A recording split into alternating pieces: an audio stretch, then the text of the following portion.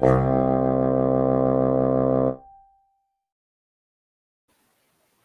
hello. It's great to be back and exploring Catholicism. We took a 2-week hiatus. Well, we didn't. I did.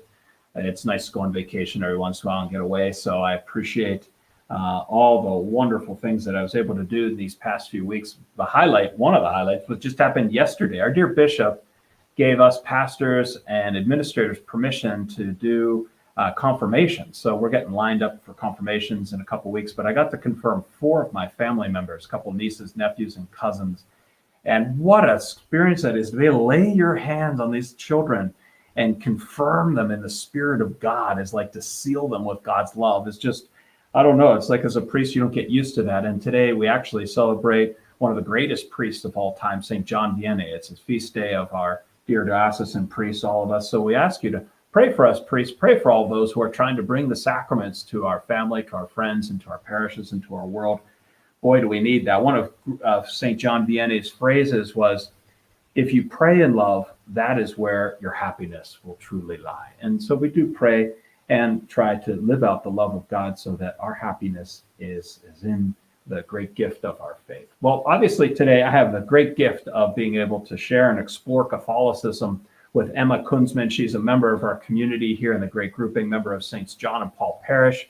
She's one of 4 kids, is just a superstar athlete, headed off to college now. And somebody who, when I first met her, she was so passionate about her pro-life convictions. I was almost like, well, I don't need to say anything else after that. And so, Emma, it's great to have you on the program here. Welcome to Exploring Catholicism. Thank you know, as yesterday, as I got to do this confirmation, just thinking about this morning, you were confirmed. Do you remember your saint name or anything about your confirmation? Yes, I was Elizabeth. I chose Elizabeth for Elizabeth Ann Seton. I did a project on her in the 6th grade maybe, and I just felt really called to have her in my confirmation. So. Well, what's cool about St. Elizabeth is that her relic is in the altar at Saints John and Paul. Oh. So she's a saint that kind of found us and wanted to be close to us as one of the first American-born saints as well. Oh, I didn't even know that. Isn't That's that cool? awesome. Yeah, so St. Elizabeth Ann Seton's protecting us and finding us. Awesome. But so tell us a little bit about, now you're working at Purgatory right now, is that I right? So do. what's your favorite milkshake there? I would have to say the salted Nutella Crunch, but we don't even have it right now. What? I know, it's so upsetting. We don't have Nutella, but definitely my favorite milkshake. Okay. So good, so good. If you're ever at Purgatory and we get the Nutella back, the salted Nutella Crunch milkshake. What is it, a COVID So thing? good. They just got rid of the Nutella? Yep. Don't have it right now. I know. So disappointing, but hopefully soon it'll be back. I lived in Italy for 7 years, and that's where I discovered Nutella. Oh my goodness. It was better than peanut butter. It is so good. It is so good. I love Nutella. You also work as a lifeguard? Yes. Have you ever had to save any lives? A few, yeah, yep, definitely. I used to work at North Park Pool, and North Park is like one of the 3rd largest pools in the country or something. It's huge, and they decided to put an obstacle course, like a loading obstacle course in the middle of the pool. Right. And a lot of kids, it was in like 10 feet deep of water, and these kids were like, I can do it, and then they'd go on it, and they couldn't do it. So how old were the kids? They were probably like 10, maybe. And like somebody fell in, you had to jump in. Oh yeah, yep. You just jump in and bring them back up. Did you feel like Superwoman after that? You're like, yeah, I got this. I got used to it. I mean, the first time, definitely, I was like, yeah, this is pretty cool. And then after that, it was like, I don't think you should go on it, but I think you should wait a couple years. And they didn't listen, but. Wow, that's pretty powerful to think you saved the lives of kids. It's pretty cool. It's pretty cool. Yeah. It's a very humbling job, I feel like. Absolutely. Now, tell us a little bit about your family background. You've got a younger brother, 2 older brothers, mom and dad. Brag about us, the Kunzmann family. What's the family like? I have the best family. I really do have the best family. I have 3 brothers. I'm right in the middle. So I have 2 older brothers and 1 younger brother. John Maxwell. So if you look at the picture there, who's who in there? There they are. So John's in the navy shirt, Max is in the red shirt, and Will's in the white shirt. And who's the youngest of those? So Will is actually the youngest in the white shirt. Yeah. John, yeah. So they're amazing. They're amazing. They're the 2 oldest are at college right now. Will's about to finish high school. He'll be a junior. So they're awesome. I absolutely love my family. I was just telling Father Jay that my brothers are like, I still feel like we're all 5 years old and playing with squirt guns in the backyard. Like, I really do. It's crazy that everyone's moving on and going to different paths, but it's just amazing the fact that, we'll all be together for like Christmas break and Thanksgiving. And, I love that. Like, I love knowing that we're all going to be together, and it's pretty cool. So. Now, some families don't have that type of closeness. Yeah, what do you think absolutely. was the key for you, the closeness with your brothers? What are things that maybe either your parents did, or how Yeah. did you guys develop such a bond? Because you can't talk about Emma without talking about your family. Yeah, absolutely. It was our faith for sure. Going to church. Our parents took us to church every Sunday. Every single Sunday, we prayed the rosary together in the car on the way to church. Every single time we went, and we would always go to church on Sunday. And it wasn't an option. So we were always at church together every single Sunday. It became a family day. We were going to school together. We always went to school together. Getting on the bus together and stuff like that. It was really, really special. But I do believe that it was going to church every single Sunday that always kept us together. Now, if you think about your parents, how did their faith get instilled into that mixture? I don't know, maybe in terms of their marriage or just the way they would talk to you about their faith. One thing's to pray and say, "Oh, we got to go to church on Sunday." Yeah, but exactly. could you see it lived out in their life as well? Absolutely. My mom is one of the most inspiring people I've ever met. I mean, she's beautiful in her faith, and she's taught us everything we know about our faith. And she sent us to Aquinas because she wanted that faith to be instilled in us. And every day before we walk out the door, it's God bless and keep you safe, or I'm sending my guardian angels with you right now, or your guardian angels, or whatever it is. And it's the little comments like that, and it's that she's just instilled her faith in us so well. And it's just to the point where I want to grow in my faith. I don't feel forced to grow in my faith. I don't feel like someone's making me grow in my faith. I want to grow in my faith because it's my decision, because my parents have given me that decision. And that's really important to me. And yeah. So your mom and dad sent you to Aquinas, which is a local Catholic school here. Yes. What role do you think that played in your development? You had described to me before that you got to go to Mass and even be with your mom Yeah, at Mass. absolutely. So talk about like Aquinas and what that must have been like just for your own growth. Yeah, so going to Aquinas was amazing. It's very family oriented.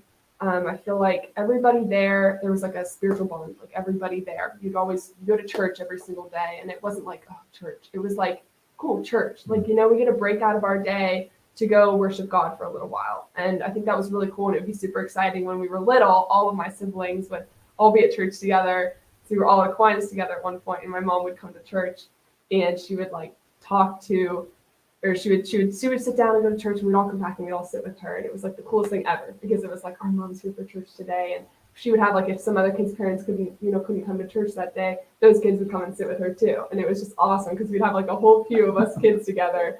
And it was really cool. So that was the best. But Aquinas was,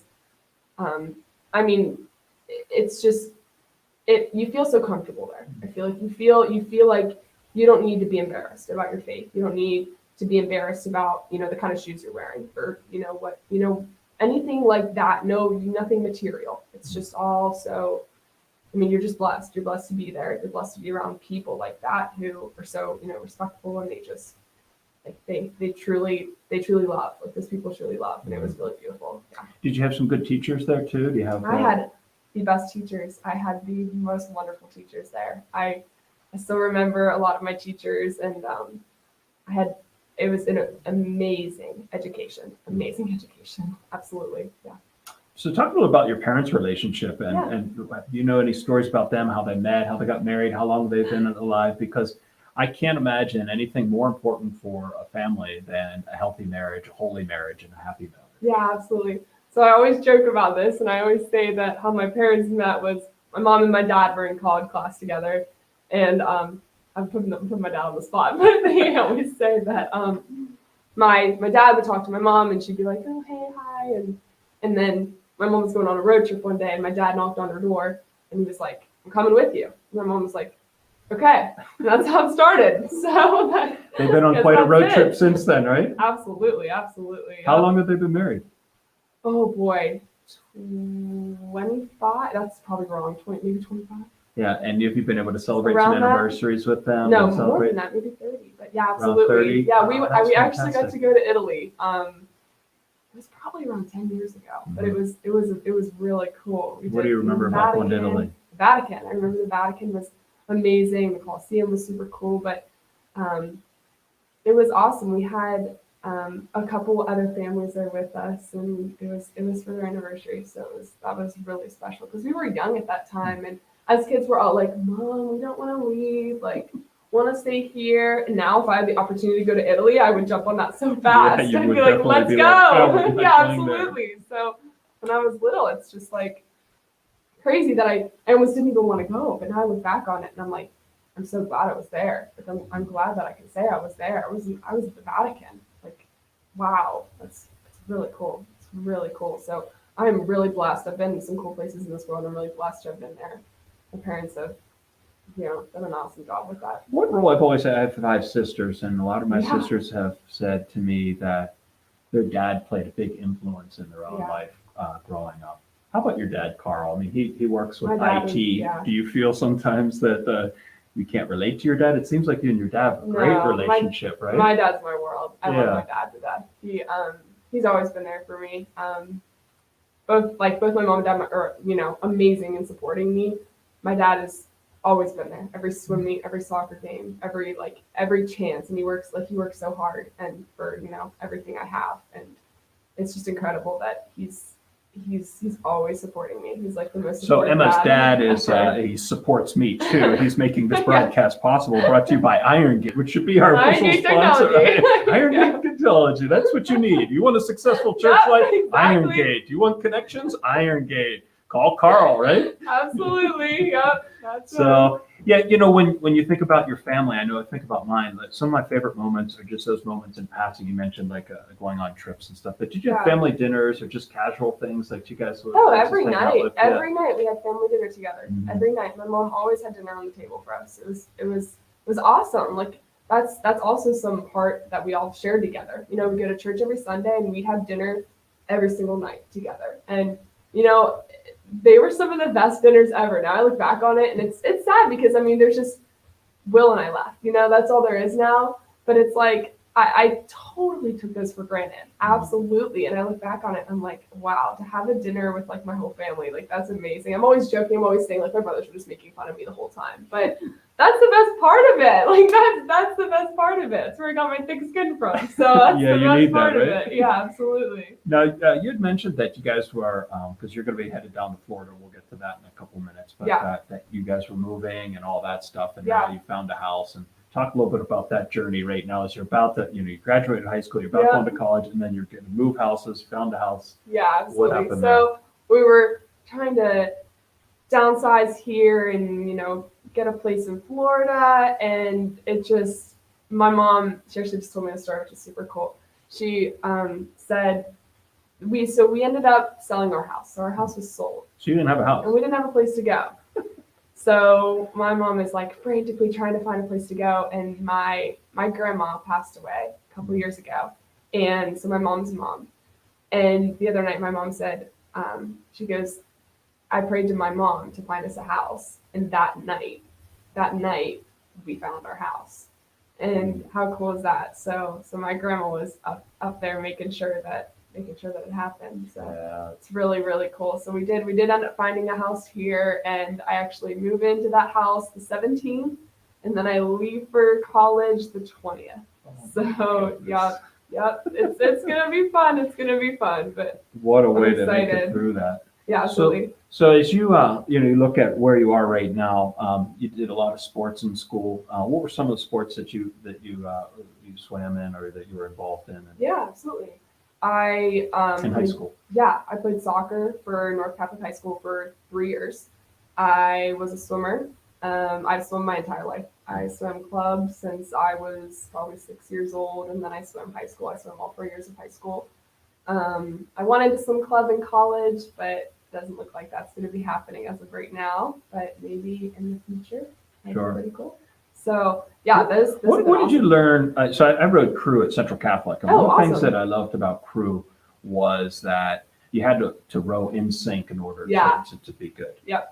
And even if the other crews were bigger, stronger than us, if you worked in sync, it just taught you a lot of group dynamics. Yeah, absolutely. What were some of the values you found in swimming? Because swimming can be monotonous, right? Absolutely. It's a very individual sport, I feel like. But you need a team to back you up, for sure. You need your team to be there for you. if your team's not there for you, it makes it very difficult to succeed. And I was fortunate enough to have a team that did back me up, and it was really cool. We had like a little family, and it was awesome to be able to back each other up. But just from watching from freshman year to senior year, it's like freshman year you're terrified, you're terrified of like all these big kids, and I got to my senior year and I was like, I'm going to make sure that those kids don't feel like that. I was like, I don't want those kids to be afraid. Right. I don't want them to be scared. I don't want them to dread high school. I don't want them to dread their sports. And I felt like it was my job to make sure that these kids had, a good season and let them know that we're not scary. Like we're just here having fun, just like you are. And I really appreciated my team. My team at North Catholic was an awesome team. So before we move on, Emma, if you were an eighth grader watching this, or if you knew you could speak to the eighth graders or the freshmen in high school, yeah, and maybe even speak to yourself as an eighth grader, yeah, what would you say to your eighth grade self, or to these eighth graders, these kids who are now moving from grade school into high school? yeah, absolutely. I would say not to worry so much. Don't worry so much. Not everyone's thinking about you. I know it sounds awful, but not everyone's paying attention to you. It's just you. I mean, I wish personally that I had took more time in high school to build up my faith and, my friendships. But I was, you're worried about other things, other material things that just aren't. I mean, I'm not perfect by any means. That's how it is. And it was hard. It was hard to make it through high school without having the faith. And I definitely was able to grow in it. And so I would say grow in your faith throughout high school, and do that. You can do that by yourself. You don't need to be forced by anybody else. Do it by yourself. Like, not that you would be, but if your mom's telling you to go and you don't like that, just excuse me, just do it by yourself. And I think that's really important to kind of gain a sense of your religion through yourself first, and then let those people help you. Those people want to help you. Your priest wants to help you. Your parents want to help you. Let them help you. It's a really beautiful thing. I didn't take advantage of that so much, and I think that you should just not worry. Just not worry so much. Yeah, I remember I was going to Central.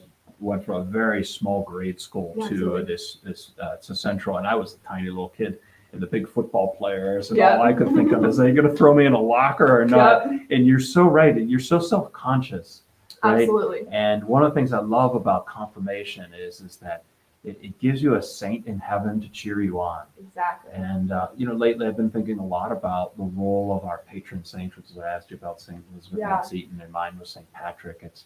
There's no doubt that we find them and they're interesting, but it's really that they find us, because they're up in heaven. So they have the global view of our lives. Absolutely. So if we can put ourselves in perspective with knowing that the saints are up there with their terrible towels cheering us on, because they're all Steeler fans in heaven. Absolutely. It's obvious you can't get to heaven up it, but there is that, so that when you do feel like self-conscious and things, to know that there are angels and saints watching over me as well. And absolutely. When I get confirmed, I'm being sealed in God's love for me.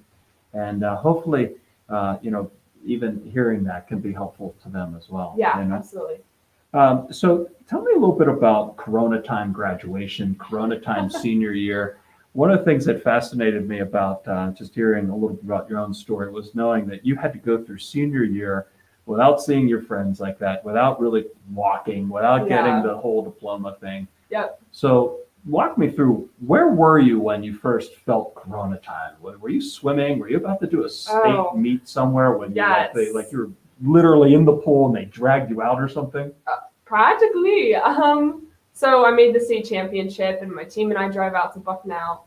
We get to Bucknell, and we left at 3:30 in the morning, so it was quite the bus ride, but we had some donuts, so it was good. So we get there, and we're sitting in an auditorium, and so we're double A. So the kids who were triple A had swum in the morning before us. And so they were getting ready to swim that morning, and they'd swum the day prior. So we're sitting in this auditorium, and we got there so early because we have a diver, and he had to go warm up. And so he warms up, and then we get back, and we all go eat lunch. We're eating lunch, and my coach gets a phone call. And on his phone call, he says, "No way." He goes, "No way." And we're all sitting there, we're like, "No way." So he gets off the phone. He's like, "All right, guys, we're going home."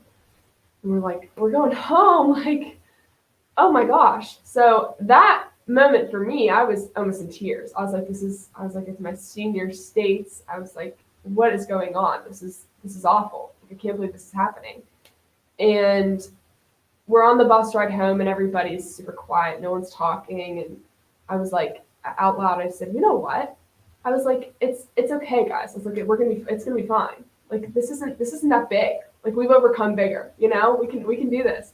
So I got everybody to start making videos on the bus, and we had to do something because everyone was just sitting there, and I was like, this isn't right. We can't have this kind of attitude about it. And from there on out, I just said, you can't have this kind of attitude about it. If you sit there and you're like, this is awful, I can't believe why this is happening. And I just had to turn it around and I said, well, God has a plan. He's got a plan that's bigger than this. And he knows that I can handle this. Otherwise, it wouldn't be happening. And he knows that I'm going to get through it and that I can make the best out of it. So that's what I did. And people were just asking me, like, how do you have such a good attitude about it?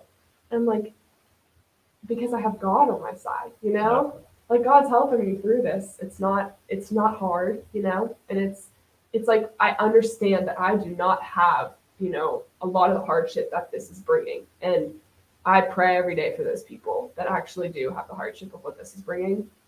But it's an attitude. You need to have a good attitude about it. And I've been lucky enough to be able to do that.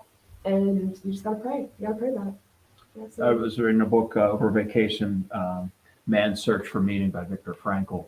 And he's a psychologist, and he talks about, the crisis, which is even worse than obviously we're going through, being in a Nazi prison camp as a Jewish person. But what he saw in there is what you did, which was to find a deeper purpose. Yeah.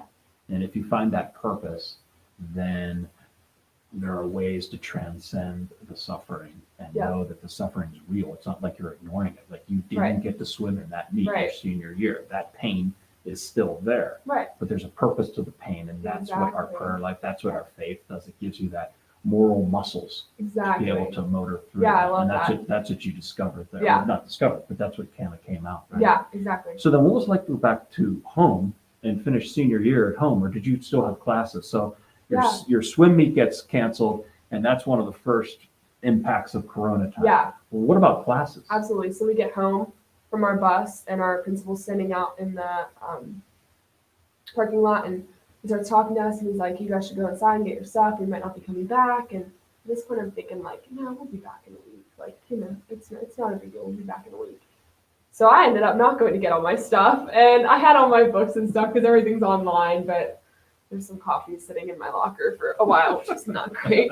And anyway, so after that, they sent us home, and everything was online from there on out. But I actually felt a kind of peace being online. I really did, because high school's hard. High school's hard. There's a stress of high school and walking through the hallways, and she didn't say hi to me today, and he didn't say hi to me today, and she's wearing that, and I don't have that. And it's, it gets hard, and it becomes stressful. And so I think that there was a real peace to being at home and not having to worry about any of that. You could get your work done and just do your day by yourself. And yeah, it was absolutely, it's hard it's almost dangerous. It's dangerous for teenagers to not interact with each other. You need an interaction with other teenagers. There's so many depression and suicide. There's many things that are really hard on kids right now.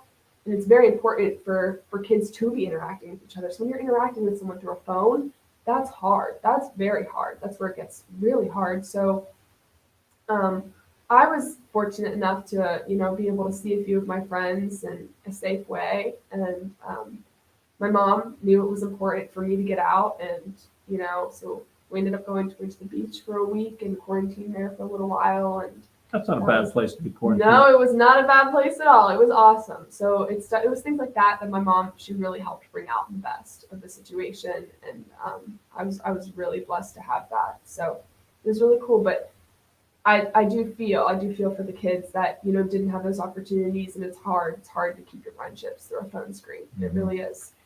Did you find friends that were falling into depression and things that you felt like were in really absolutely. Tough times? Yeah, you can definitely tell it is hard.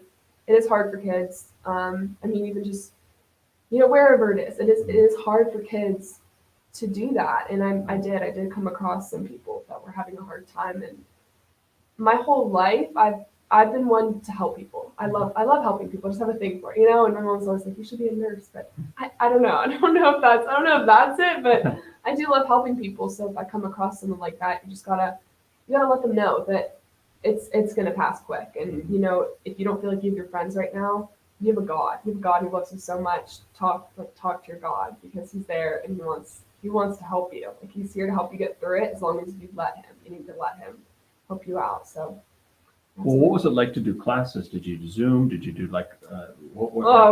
was everything. It was an online system. Okay. So all of our classes were through an online system, and the teachers would be there to, FaceTime with you, whatever you needed to, and stuff like that. But I think my most stressful situation was my, what was it? It was my AP test. I had an AP biology test, and I had to take that online.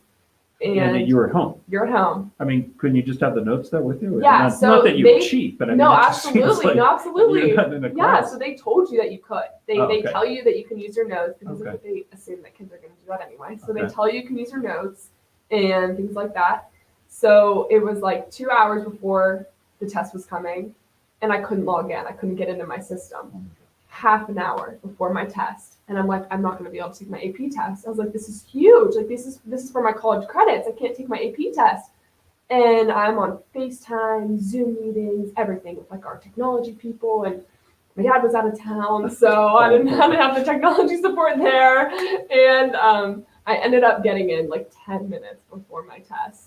It was so stressful. That was probably the worst thing that happened. Technology-wise, but yeah. Did you pass? I did. I Okay. did pass. I You did well anyway. Yes. Yep.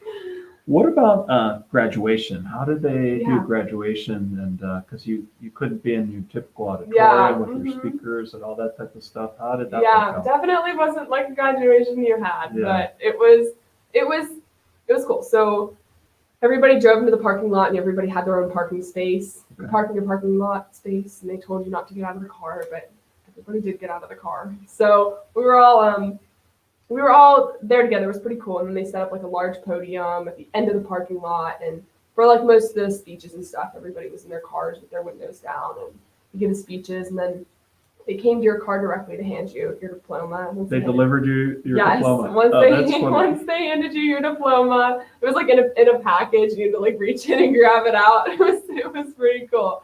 But once you did that, you walked through every single parking space so that you could say hi to all your friends and stuff. And it was actually not bad. Like, Okay. a lot of the kids were saying like, oh, I don't want to do this. I just wish we could have an indoor one. But I think after it happened, everybody was like, that wasn't that bad. Like, that was actually pretty cool. And it was nice that we were all outside, and everybody got to see each other. So it was actually pretty cool. We made the most of it, for sure. The class of 2020 North Catholic made the most of it. Absolutely. I just let our audience know if anybody's had any questions for Emma. It'd be great to send those in. Yeah. We'd love at the end of this program to be able to answer any questions. As you can see, Emma has a lot of creativity, a lot of energy, so it's great to get her insights on some things, especially those of you, I know a lot of you there have children at home and things, and it's nice to be able to just get some insights from you on some things. Now, how did you go about choosing your college? What were the criteria you were looking for? Yeah, And absolutely. before you get to the final answer, what were those things that you had discerned were important in your choice for college? So it was definitely important for me to pick a school based off of my major, of course. I did want a private school. That's important to me. I wanted to be able to go to church and not feel, judged. I don't want to. I want to be able to do my own thing. And I ended up picking the University of Tampa, and we went on the campus, and we saw the church around. And it was really beautiful. It was awesome. So definitely that, and the size of it for me. So what kind of size were you looking for? Like a large school, medium school, small school? I was looking for like an in-between. Okay. So I have 8,000 undergrad, Okay. Which is like a perfect size for me because I haven't gone to huge high schools really. So I just needed something that was like kind of an in-between because I'm a people person. I love meeting new people. I love talking to people. So I'm very excited. I'm very excited to be there. So Tampa, is that the kind of distance you wanted? Because you have a great bond with your family. Yeah. Was that too far, not far enough? Do you think that just perfect? How did you choose Florida. Yeah, so my major is marine biology. All right, well, that's so a I had great to be answer near the for that. water. Yes, that's so true. it's hard to leave them, but also my dad's parents, my grandparents live like an hour from the University of Tampa, and they're amazing. So I was like, if I get homesick, I can go visit them for a little while, and I know my family will be down there. We're a huge beach family, so I know they'll be down there at some point. Um, so I wasn't really worried about it. I thought Okay. it's a 2 hour plane ride. I can do it. But, And so when you pray about your future and going to Yeah. college and stuff, what has been on your heart as you finish senior year to go into your freshman year of college? What are some things that maybe you're looking forward to or you're worried about? What are some of the maybe the things that go on in your heart Yeah. as you're headed off to this huge transition in your life? Yeah, absolutely. I pray a lot that I'll have like the courage to make the good decisions, the courage to help the people who need it the most, the courage to, help the girl who just made a really bad decision and needs some help, or help whoever it is. That's what I pray that I can do, and I just pray that my decisions will reflect on who I am as a person. Yeah, absolutely. Yeah, and that courage, I would encourage everybody who's watching this to pray for Emma, to pray for all of your friends who are headed off Yeah, to college this year, and especially with the challenges of COVID. But let's face it, the cultural challenges, in my opinion, are worse than the COVID challenges. absolutely.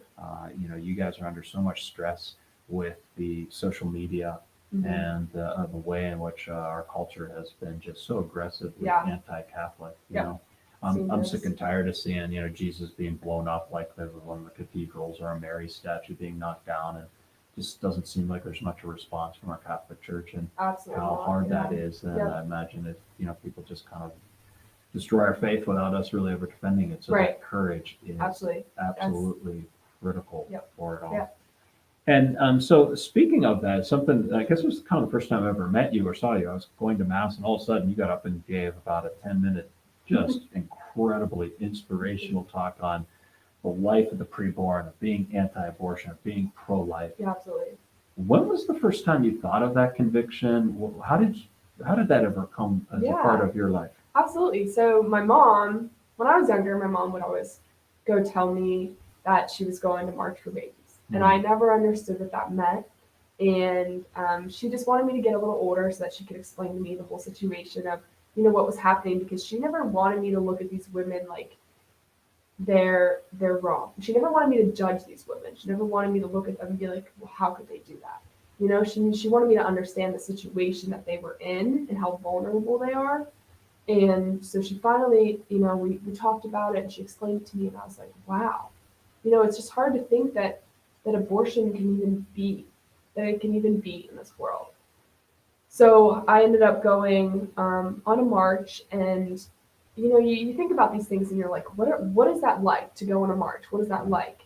You're like, is it peaceful? Is it a riot? What's it like? And you go, and everybody is so peaceful, and you can tell that these people, they genuinely care about the mother, the baby, and the father. Is that one of the They March care- for Life pictures? That is, yeah, that's my friend Regina. She actually goes to the University of Tampa. She's there No right way. now. So She's you're going to be a going there? sophomore there. And where's Yeah. the March for Life take place? Washington, D.C. So And what time of year is that? Because that doesn't look like it you're in is a summer January. outfit there It at all. is freezing. It is January and freezing. Absolutely.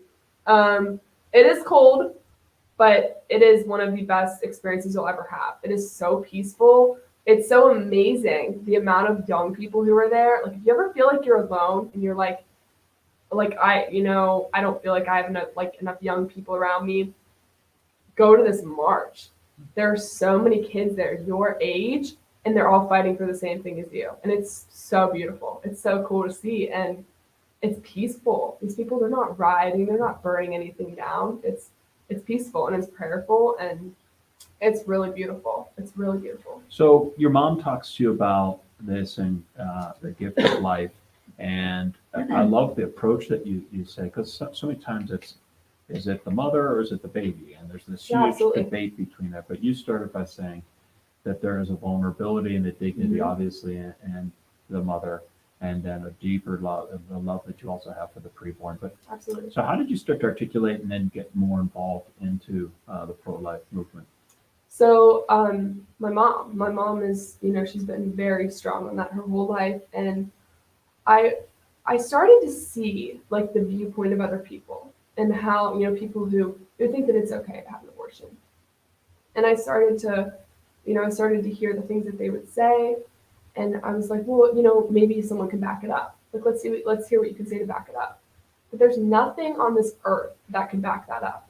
There's nothing on this earth that can back it up. And I think, people say, my body, my choice. And to that I say, I mean, that's godless thinking, because it's God's body. It's God's body, God's choice, And people, they don't believe that. And then it's like, well, how do I get someone to believe that? And that's the hard part. That's the hard part, to get somebody to believe that it's not actually your body. Your body's a temple given to you by God. How do you believe that? And I think that's really where it comes in. And people would just always argue that, and I would just have to say, I mean, I'm gonna pray for you, because I don't, it's just it's hard. It's really hard.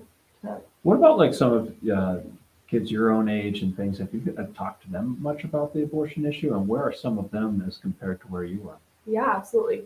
I think, I've met people all over. I mean, it's people who think it is totally okay, people who think, they say it's a clump of cells.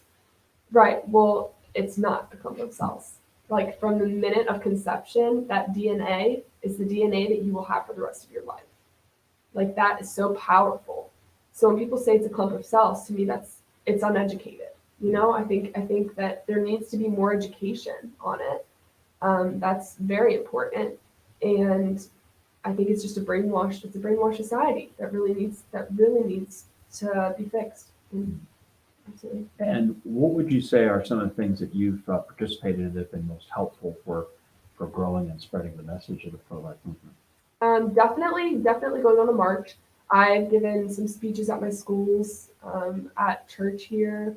I actually spoke my sophomore year when I went to North Catholic. I was brand new there. I transferred into North Catholic my sophomore year, and I spoke up on the podium. My teacher had asked me, like, I heard that you give pro-life speeches, and I said, yeah, absolutely. He said, would you be willing to do one here? And I said, yeah, definitely. So I got up and I spoke, and he said to me, we filled half of us to go to March for Life. Well, after I spoke, I think we filled 3 buses, 3 or 4 buses. God. And I was like, that is so cool, because these kids, they need someone their age to talk to them and be like, oh, she's going to do it. That's pretty cool. And no one even knew me at that time, which is even cooler. No one knew me. No one knew this, no one knows me. So it was really cool to be able to have that many people go. What is your message when you give talks of pro-life, whether it be in a church or around those forums? What are some of the things that you're trying to communicate, or the stories that you try to bring out? Yeah, absolutely. I think I'm mostly trying to communicate the fact that these babies are voiceless, and we have a voice. And if you really want to make a change, you need to use your voice. And it's something as simple as, we're going to take a walk. We're going to take a walk, guys. We're going to take a walk for these children that don't have a voice. And you have a voice. You have such a loud voice. And I know that there are kids in high school who are going through that, which is even more terrifying. And I want to get the message out there to the women. Like, we're here to help you. We're here to get you to a pregnancy care center. We're here to help you, to give you the resources that you need. Nobody here is going to bash you or judge you. And I think that's really important. And once girls see that we're all here building each other up, I think that's true feminism. That's very important, and that's something that needs to happen more often. But I really just like to get the message out there that this is a very important subject, and it's something that it should never just be put away. It should never be put away, and it should always be something you're thinking about, for sure.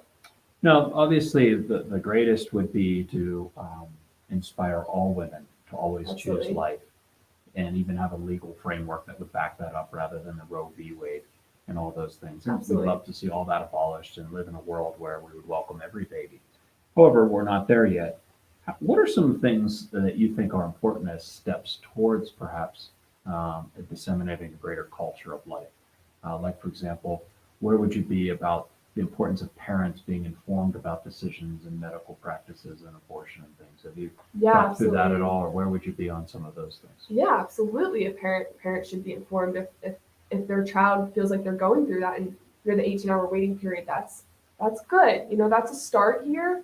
And it's very important for these kids to know that they're not alone. And if, say, your parents are not your support system in that case, that happens. It happens a lot. There's places like the Women's Choice Network is the alternative to Planned Parenthood. There's places like that, the Genesis House. There's plenty of places around here to help you. And I feel like people need to know that there are people here to help them. There are people here that want to help you, and they want you to keep that baby. And it's not, the women are going to hear the men's voice louder than any voice that they hear when they are deciding whether to abort that baby or not. It's going to be the man, and maybe they're not married, whatever the case is, but that man needs to step up and they need to take responsibility for what's happening. And I think it's just very important that happens, because it doesn't happen a lot of the time, and the women are scared because they think, well, he said I have to, so I'm going to. Right. Well, no, there's so many other ways that you can handle this, and women don't know that. They come in to these abortion clinics and they're terrified. They're terrified to do that, and they just need someone to talk them out of it. They need to wait a while, and then they need an ultrasound. They need to see. So you think the ultrasounds are important? Absolutely, I think an ultrasound is important. I think that you need to see that child, because what is the percentage? 85%? I heard 85%. That sounds of women who watch their ultrasounds end up not aborting their child. Right. And that's so powerful. You need to see that life inside of you. So. Yeah, I remember I was skiing in high school at Holiday Valley, and I broke my thumb, and I just went to the emergency room there just to put a splint on it. Yeah. They wouldn't touch me until they had it back in the day, a fax from my mom saying that they could do that. Yeah. And I could only imagine the whole idea of an abortion and not having a chance to talk to your mom, or not even being hey, you can't get any of this type of stuff unless you're first getting parental consent. Absolutely. You don't even need parental consent for it. So it's just ironic how the culture has really lost itself. Now, Justice Thomas said the other day, in a couple of these cases, which he seems to be on a good line. Yeah, there, absolutely. He goes, because we can reconcile neither Roe nor its progeny with the text of our Constitution, those decisions should be overruled. What do you think about what Justice Thomas says in terms of his pro-life position as a Supreme Court justice? I think, you think about how these justices are trying to manage this, and anytime Justice Thomas gets a chance to talk about abortion, he says it doesn't fit into our Constitution. It was not part of the Constitution. There's no constitutional basis for abortion. Right. I don't know. I'm not sure about that one. I'm not sure how to answer that one. Okay, that's fair. When you look at some of the way decisions are being made today, you pray that some of these decisions can go slowly towards a total pro-life. And so it's sometimes like the 18-hour waiting period they're discussing, and also some of the whole idea of whether or not they should have proper medical practices and should be clean and should be healthy places. And so these are all things that with the last Texas and the Louisiana laws are coming through along those lines. So yeah. What about this year's political scene and elections and things? How important do you think pro-life conviction should be in how you determine how to vote? And what would your advice be along those lines? Yeah, absolutely. I think it's very important right now to share. To speak out about being pro-life right now. It's in a time where, with Black Lives Matter happening, and to me, I say, the Black community has been targeted by abortion. Margaret Sanger started this, started Planned Parenthood, and it was just announced the other day, I think, that, Planned Parenthood is not making her known as one of their heroes, which is cool, because how was she ever known as that? Because I think people are starting to realize that she was a eugenic and a racist, and I think people are starting to realize that, and it was really good to see that happened. But at the same time, it's just terrifying that Planned Parenthood is even getting away with stuff like this, and I think that the Black community doesn't realize that they're being targeted by that, and they say Black Lives Matter, but not those babies don't matter to you. Look at the percentage of those babies that are dying every single day. Right.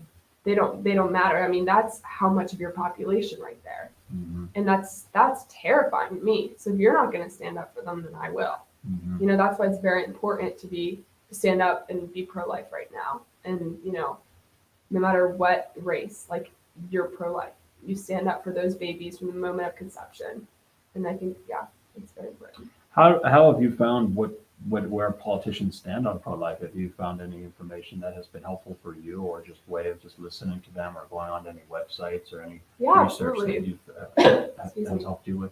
Yeah, a lot of social media. A lot of it is on social media right now. Mhm. I think. That's Excuse okay. me. Yeah, definitely social media.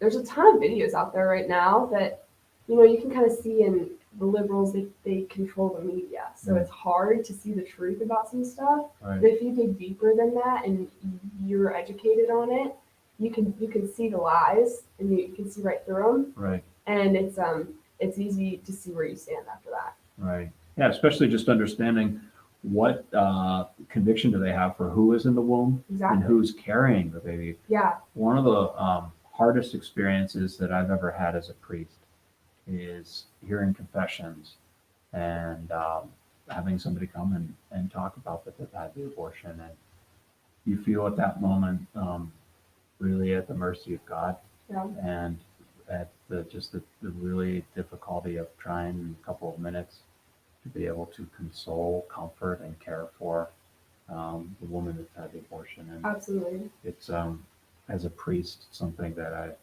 I pray that I can say the right words. I pray I Yeah. can at least pray over them. Obviously, I have the greatest gift, which is to be offered God's mercy, Yeah. and but the interior maybe damage and harm that's done. Yeah. That in and of itself, to me, is such a game changer. Just Yep. where you started with your mom, which I thought was such a beautiful way to begin the discussion on pro-life, of just like the care and the dignity of each woman Yeah. is where we need to also talk about. Definitely, we're talking about Absolutely. life, we're talking about a preborn baby, but there's that woman who has to then carry that with her, Yeah. Absolutely. and so It's not easy for the woman. I feel like, you know, a lot of people think, or a lot of people would tell you, you know, have an abortion, that's the easy choice. But these women are scarred for life after that. You know, there's no going back after that. So they need to know that there's other ways. There's people out there to help them. And if you're looking to help them, it's great to donate money to the Genesis House or the Women's Choice Network. Definitely help them out. The 40 Days for Life is coming up, and they need some people to sign up for that. And you can contact Rachel Boyle if you have any questions about that.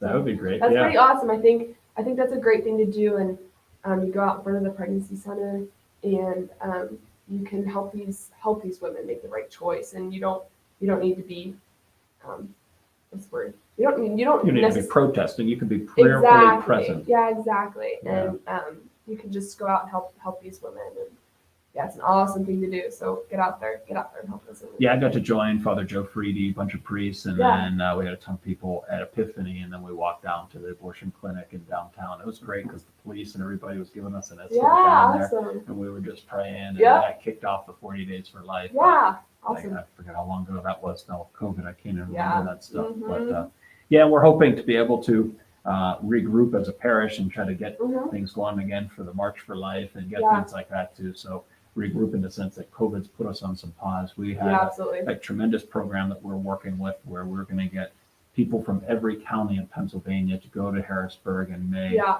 have Abby Johnson come amazing. out, and we're hoping Vice President Pence would be there too. yeah, And really, and then the bishop there at Harrisburg was going to do this beautiful. We're going to have a adoration Oh, awesome. and Cool. just be a prayerful Yeah. thing, and then even walk around with the sacrament around the state capitol. Oh, wow. And that's what we're hoping to do. But we had to put all that on Hopefully, pause. yeah. So Hopefully later. we're really Hopefully in the praying that future. that Yeah. could happen at some point. Yeah.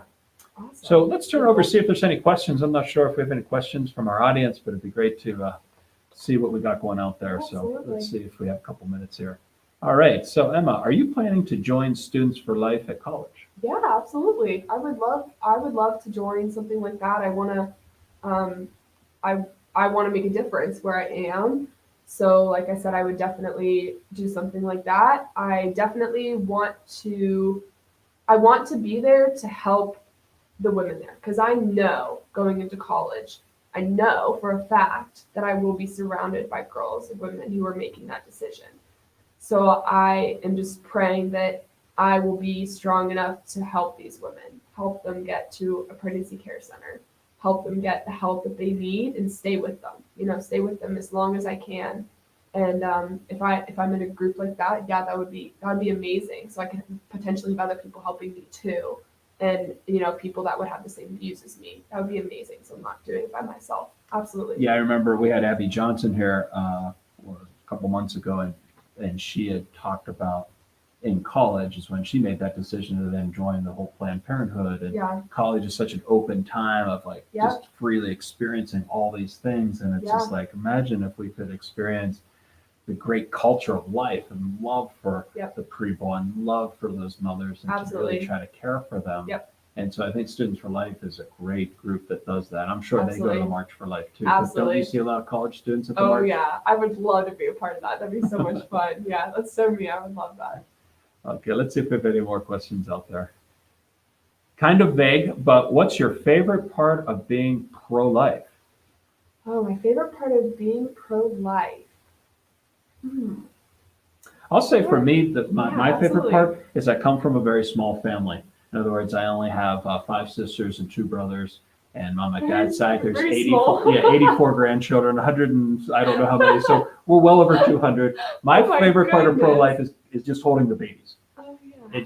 And as a priest, That's baptizing beautiful. them. I just got to baptize one of my cousin's babies. She was the head of the Notre Dame March for Life when she went to Cool. Notre Dame years ago. And so I got to baptize, it's her 4th son on Sunday. Awesome. And little Brendan is now a Christian baby. And Oh, for me, the best cool. part of pro-life is just seeing those little Yeah, eyes yeah, staring at you. absolutely. And the conversation you can have Yep. with these little babies is so cute. I know. You start to look I into their know. eyes and they look back at you and you're just like, this is amazing. The baby fever is real. Yep, absolutely. So, I don't know, but I didn't mean to steal your thunder. No, what would that you was say great. is Yeah, I would probably say it's knowing that I'm making a difference, knowing that I'm stepping up and doing the right thing, because I truly, truly believe it is the right thing. So yeah, that's true. You when you have that in your conscience, yeah, which obviously you've had the blessing of having it properly formed. I think probably one of the hardest things going on in our culture today is people just kind of go with their feelings. right, But you wonder, what about your intellect? Have you done an honest research into the truth? right, Because Jesus says the truth will set you free. Right. And a lot of people just jump to the freedom, but maybe miss out on the whole truth in terms of truly reading, discussing, finding facts, going through the biology, Right. going through the theology, and all those things can be so important to informing our conscience. yeah, exactly. Yep, I think people take advantage of their free will. Is what I say all the time, and they say, well, no, I can do it, so why not? Well, is it the right thing to do? Right. Look at what's right and what's wrong. So I truly believe it is the right thing to do with everything in me. So Yeah, I've also found a great resource in Catholic Answers, Trent Horn. He came and spoke here last year and was just a fabulous. He used to go onto college campuses and debate pro-life issues with Yeah. colleges, and it's just that's great. amazing. Yeah. Right, guys. So Trent Horn is another tremendous resource in the way he analyzes things, and then the books that he's written Yeah. can be great areas to go into formation. In terms of Awesome. that. Let's see. Do we have any more questions out there? Let's see. Any experiences at March for Life that you would like to share, and why should someone attend? Well, I would preface this before you answer it, is that the March for Life is set on the date that the Roe v. Wade decision was made, which is always freezing. There's always going to be snow or sleet or rain. The 4 or 5 times I've gone, you just need to bundle up. Oh yeah. But I think it's kind of providential, because I think that type of sacrifice, that kind of purging of our senses to just offer up a Absolutely. sacrifice, in and of itself is a prayer and a testimony. So even if Absolutely. you just show up, Right. there's something about that. But Yeah. anyway, what would you say? in terms Well, my of mom March? always, that's so true. My mom, we'd get there when I was like younger, and I would go and be like, it's so cold, Mom, it's freezing. She'd be like, offer it up, like these women are going through things that are so much harder than you being freezing cold outside, so offer it up. So to answer that question, I would definitely say, just in general, whenever you go on the march, you can always expect that there are going to be people there protesting the opposite, protesting that it is okay. And that's always hard to hear, but you keep your head down. You keep your head down and you pray for them. You pray for them. You're not backing off by any means. You're not, but you pray. You pray for those people, and that that they might have a change of heart. And that's something that always happens while I'm there, and that always hits me kind of hard. That there's so many people who are pro-life, but then there will be those few people there who are against it, and or for abortion, and it's very upsetting to see. But, are there any memories that you have of the March for Life besides going with your mom, maybe with your friends or parishes or something like that you remember? Yeah, absolutely. If you have a group of friends, take them on the March for Life with you. It is so much fun. It's quite a bus ride, but it is so much fun. I've gone with a bunch of my friends over the years from here, from St. John Paul, and we've had so much fun. It's been amazing. It's fun, but it's also very humbling. It's a pilgrimage to be there. It's not a vacation with your friends by any means. It's not. But being there is so beautiful. It's so beautiful to be around other teenagers your age and to see how many people are fighting for the same thing you are fighting for. It's really cool to know that you're not alone. So how has, or what do you see in terms of youth groups and parish life help the pro-life movement in terms of maybe going on the march together or just getting people together? How have you seen that happen? So I've seen coming through high school and going to youth groups and stuff, I've seen that it has to do with friendships. It has to do with the people you find to be your friends, and just go up to that kid who's sitting there by themselves and just say, hey, what's up? Like, nice to meet you.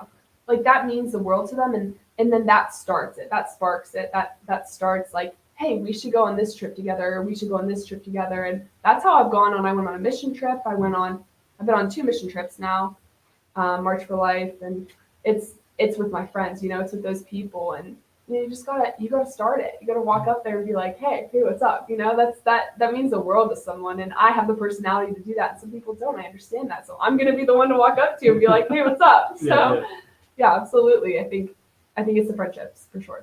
So wait, just a total sidetrack here. You went on mission trips. Where'd you go? Yes, absolutely. So I went to the Dominican Republic a few years ago with Souls for Souls, which was incredible. And then I went to North Carolina for Catholic Heart Work Camp, I think. And what was Catholic Heart Work Camp like? Catholic Heart Work Camp was amazing. So we actually were like building houses, painting houses, like 90-degree heat, but it was the best because we got to go get slushies after. It was the best. So yeah, it was awesome. We were this one lady, we went to her house to help her one day, and she ended up she made us all rosaries to fit around our wrists. Oh, wow. And it was so cool because she was like, I don't know if anybody could have done this for me. Like, I'm so thankful that you guys were here to do this for me. She told us that she was going blind in one eye. She was having a really hard time, and she gave us this rosary. I think we were all just about in tears, that we helped her that much, that we made that much of a difference. And it's really cool. I would definitely recommend going on those mission trips. They're amazing. Just bring a friend along, because once you get there, you're gonna make amazing friends. We made so many friends just from other states being there, So it's super fun. Just branch out for sure. Yeah. What was Souls for Souls like? You went to foreign country. Is this one of the first times you've been out of the country without your family? Yeah. So it was the first time I went with my brother Max, and it was the first time I was out of the country with just us, and it was surreal. It was like stuff you see on TV, and it was really cool. So what we did was we gave shoes to children who didn't have any. And I have this really cool story of this one day we went to church, and we were in church, and this girl was sitting in front of us, and she didn't have any shoes on her feet, but we recognized that she came to one of our shoe drives the day prior. So we went up to her and we were talking to her after church, and like, hey, how are you? Like, what are you doing today? Whatever. And someone said to her, did you not get any shoes? Well, we found out that she ended up walking 6 miles just to get shoes for her little brother. because one person couldn't take two pairs, and her brother was sick. Her brother was really sick, so she walked all that way to get, it gives me chills still, but she walked all that way to get shoes for her little brother.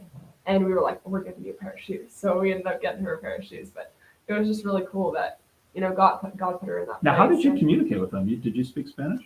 No, I did not speak Spanish, but yeah, no, some of them spoke okay English, which was very surprising, but some of them did speak okay English. And I think our bus driver, bus driver spoke in between. So sometimes he would help us out, but yeah, someone was able to talk to her about that. And it was really heartbreaking, but it was really cool. But that's what we were doing. We were giving these kids these shoes, and when we would walk into these houses with all these shoes for these kids, there would be like the littlest kids would come up and they would want to help us. They would want to help us give out the shoes. They wouldn't take them for themselves. I have so many videos of little kids just coming up and handing out shoes, and they were precious. And I was holding one, and she would not let go of me. She would not let go of me the whole day, the whole entire day.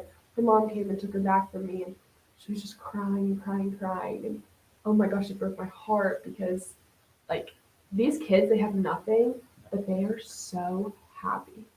They are so happy. And that just teaches me that to live, you don't need all this stuff. They have nothing. They have absolutely nothing. And they're playing soccer with a mango. Yeah. With a mango. I learned how to play soccer with a mango. And I never thought I'd do that. It was so much fun. Didn't think you could eat a soccer ball, right? Exactly. And they were so happy and so thankful. And it was just, they had no worries in the world. No worries. Absolutely nothing. I was like, I want to live like that. Like I want to be like that. It's been on my heart. I was a missionary priest for a long time, so I lived in Mexico for a long time, and unfortunately with COVID, we had to scale back our mission trips. But we're definitely the first opportunity we have. We want to get back out. In fact, we sent a reconnaissance mission to Kentucky, to this really inspirational place where we're going to be doing mission trips hopefully soon. Yeah, what did you do? Appalachia. What kind of? Well, the idea is to do like vacation Bible school with kids. Oh, awesome. And do some house rebuilding there. But it's on this lake, and it's in these cabins. And so we're looking forward to being able to bring that to our parish here in our great grouping. We also want to take kids to Jamaica. And one of the great things about Jamaica is that you can actually understand the language. So it's nice. And at the same time, work with orphans or handicapped. So it's called Move Mountain Mission and Mustard Seed. So it's teaming up with that. And then local things here we do with Senior Connection and things. So we're also able to do some house rebuilding here. So all these opportunities are here at the great grouping. Maybe you'll join us in the future. Yeah, I'll be there. It'll be a lot of absolutely. A lot of fun. So one last question out there we should tackle before we go. Let's see. There we go. Do you have any stories from praying in front of the Planned Parenthood in Pittsburgh? I will be honest with you. I actually haven't. I have never prayed in front of one before. Okay. I have never. I think. My mom wanted to make sure it's a safe, place, and now I realize that it is a safe place, and I haven't had the chance to do that yet. But I would absolutely do it next time it's happening. I want to be there. I really do want to be there, and I think that the biggest reason I didn't do it was because I felt like I wouldn't know what to say. And I think now that I've put it together a little bit more, I think I would know what to say, and I could help somebody a little, even a little. I felt the same way. I felt a fear of praying because I didn't know what to say. I was so overwhelmed when I went in front of it. And Father Joe Freedy was very helpful for me. He's great. Yeah, he was amazing. He brought holy water, and he said, "Father, we need you to bless Planned Parenthood with holy water." Oh my gosh. And so we were outside, and just the Lord just blessed me with the words to be able to do that and then to lead the blessing. But there was a lot of fear. I felt the same way sometimes. It's very overwhelming to be in front of those places. And well, anyway, Emma, I really appreciate you coming in. Thank you so much for having this chance to have a discussion. We'll be tracking you in Tampa. Let us know how it goes. Stay in touch so that we can be praying for you. And looking forward to that. Next week, programming note, August 11th. We're going to have Deacon Tom Lopez and his dear discussion on marriage and the ministry there. Deacon Tom's been a mainstay here in this parish for a long time, St. John of Paul, and in our great grouping. He's going to just come in and we'll discuss our marriage ministry. It's something that has been near and dear to my heart for many years because of my parents' marriage and because of a foundation I got to start called Renew the I Do, in which we're trying to inspire couples to not just continue to survive in their marriage, but to thrive in it. And it sounds like your parents are a great example of They're a the best. thriving marriage. And it's kind of how we began this whole conversation with Yeah, you and your absolutely. family. And so we pray to God for that. So let's just conclude with the prayers, a prayer from St. John Paul II. In the name of the Father, and the Son, and the Holy Spirit. Amen. O Mary, bright dawn of the new world, mother of the living, to you we entrust the cause of life. Look down, O Mother, upon the vast numbers of babies not allowed to be born, of the poor whose lives are made difficult, of men and women who are victims of brutal violence, of the elderly and the sick killed by indifference or out of misguided mercy. Grant that all who believe in your Son may proclaim the gospel of life with honesty and love to the people of our time. Obtain for them the grace to accept that gospel as a gift of ever new, the joy celebrating with gratitude throughout their lives, and the courage to bear witness to it resolutely in order to build together with all people of goodwill the civilization of truth and love, to the praise and the glory of God, the Creator and Lover of life. Amen. Mhm.